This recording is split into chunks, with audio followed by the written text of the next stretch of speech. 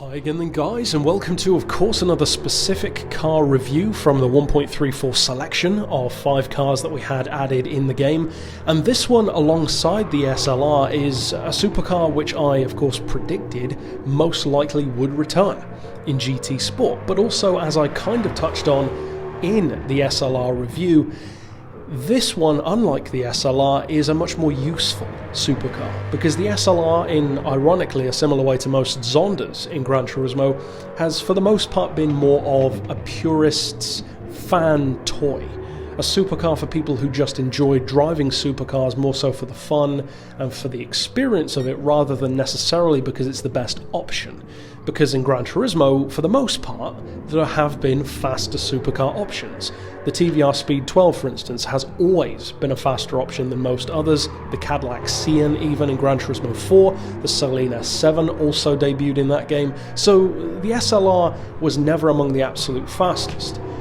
That, however, did not apply to the Huayra, because in Gran Turismo 6 in particular, even more so than now, it pretty much was the fastest. It was an overwhelmingly quick weapon, one of the absolute fastest, and I would say the fastest all-round road car in the game, because although you could get stuff like the Veyron and certainly the GTR Nismo to be up there in terms of performance to a similar level with the right tuning, the Huayra was so much more responsive to that kind of tuning. It was very easy to make a Huayra faster than everything else, or at least faster than everything else on the street, whereas with those others you had to spend considerably more time to get that kind of performance out of them, whereas with the Huayra it's just fast from day one.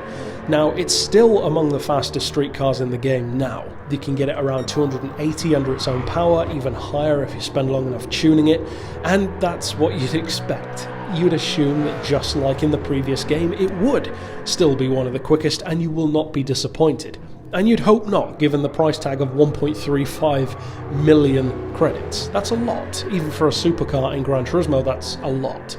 Especially when a lot of the prices across the game now have actually dropped compared to what they would be before. In particular, the race cars are pretty much all a lot cheaper than the previous games were. I mean, 450 grand for a GT3 car, or even some Le Mans cars like the McLaren GTR, that's a huge drop. This one hasn't dropped at all. It's 1.35 just like it was before, and of course crucially to someone like me who is a Pagani fan, and anyone else out there who is, and there are many of us, this is a very nice addition alongside the Zonda R, which was also added not that long ago. So it's a very cool development to see Pagani getting more love. Now, this car has a strong spec sheet straight off the bat. Instead of the 7.3 litre naturally aspirated V12 of the previous Zondas like the F, the Cinque, the Tricolore, the HH, or the more racing derived 6 litre naturally aspirated unit in the Zonda R, this one has also a 6 litre V12 but twin turbo, and at the time it was the first Pagani to ever use turbo aspiration, and they had to essentially redesign the car's mechanicals from the ground up to cope with this new style of Pagani, this new wave, if you will. Kind of like what the Regera was for Koenigsegg, a completely new animal, not just an evolution of Christian von Koenigsegg's original idea, which is what pretty much all other Koenigsegg's up to that point had been. The Huayra, though, had some definite advantages because of that turbo aspiration, not the least of which was the torque. Now, Mercedes AMG engines are already very torquey. The Zonda wasn't exactly lacking in that regard. The Huayra, though, takes it to the next level. It has, in a very AMG fashion, more torque than power. So it's kind of the muscle car of the supercar world to some degree. 730 horsepower is not low by any stretch, but it has 812 pound-feet of torque, which is huge. That's far higher than any Zonda, including the Zonda R. It's not even close. And when you combine that with the fact that despite all of the newer tech, the fact that the car is exquisitely built, I mean, just look at the interior on the Huayra, just like with the Zonda, or any Koenigsegg or any Spiker for that matter, it's an art piece. It's a piece of drivable art, a painting with a steering wheel, as far as I'm concerned. But despite all of that, it still weighs the same as a GT3 race car. 1,350 kilos is remarkable, and of course that's thanks to Pagani's extensive use of lightweight but very strong materials like carbon fibre, aluminium, carbotanium even, which I believe was first introduced on the Zonda Cinque, if I recall correctly.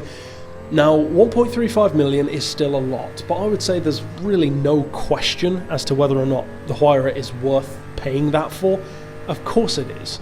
Now, if you're not too concerned with Special Stage Route X racing, it probably won't have quite as much use to you, and if you've never played Gran Turismo 6 before this game, it probably won't have quite the impact on you seeing the car return. But for those of us who did play Gran Turismo 6, and especially those of us who raced in top speed events a lot online, on Route X, amongst other places, it means a lot to have the Huayra back. It's an absolute weapon.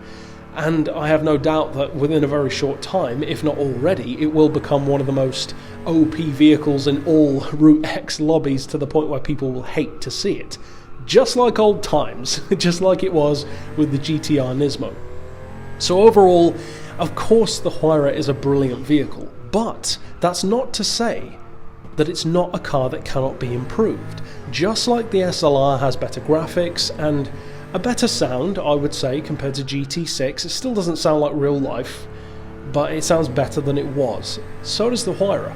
The Huayra looks better, the interior quality, the textures, the crisp, delicious details of that gorgeous Pagani interior look even better now, and I would say that the sound is definitely better on the Huayra, and more notably so than with the SLR.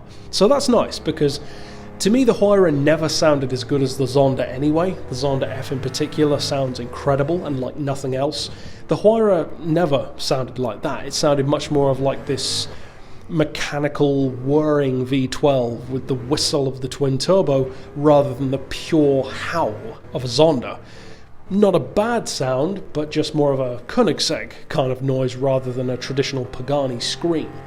Overall, it sounds better than before, it looks better because of the graphics. Of course, the physics are that much more realistic, which means it's not necessarily easy to drive, but ironically, I would actually say it could even be better than it was in GT6 in terms of handling, because it was just slippery back in that game. It didn't really have a huge amount of character to the handling, it was just slippery. That was it. Whereas some other supercars had far more character and far more flair to them, which is one of the reasons why many of us, myself included, never really used the Huayra as a track car. Not that it couldn't be used as one, but it just wasn't really worth the effort. There were simply faster options out there through the corners. Whereas now, especially with the limited supercar amount that we currently have in the game, with predominantly straight-line monsters like the LaFerrari, the Enzo, etc., cars which themselves aren't exactly forgiving through corners for the most part, the Huayra, kind of funnily enough, and also kind of ironically, feels much more at home. Because it's not as challenging as a LaFerrari, for instance, or as an Enzo, in particular when they're tuned up to their peak power. So if you do have the chance to buy, or of course win a Huayra, you can definitely get a ton of use out of it, either as a track-used supercar and try to keep it to maybe N600, N700 for the best handling results, because it's still more than fast enough, or, as many of us do, probably most, use it as that straight line machine, use it as a drag car, a top speed racer, even something for Le Mans. And just as we would have suspected, really, one of the absolute fastest supercars and one of the absolute fastest street cars in the whole game. But that's it for this review. Of course, I did a speed tune for this one already, so you can check that one out here on the channel. And for now, as always, thanks for watching.